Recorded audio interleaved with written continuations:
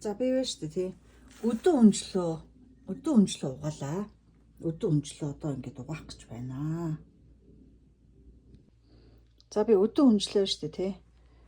Heavy duty айгу том өдөө өнжил учраас за цаг 30 минут дээр тавиад heavy duty дээр тавьж агаад тэгээ цаг 30 минут тавиад бүлээн усаар heavy бүгдийг энэ heavy дээр тавьж агаад энэ нөгөө чанга мушгилттай тэгж байгаа дугаанаа.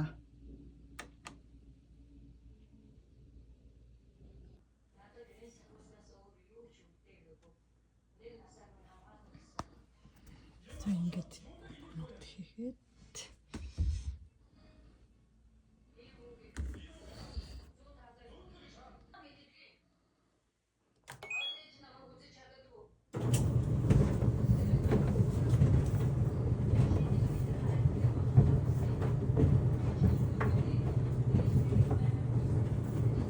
би энэ сайн нөгөө хөнжлөө угаагаад энэ өдөө өнжил угаагаад цаг хатаагш нь тэгээд гаргаад ирсэн.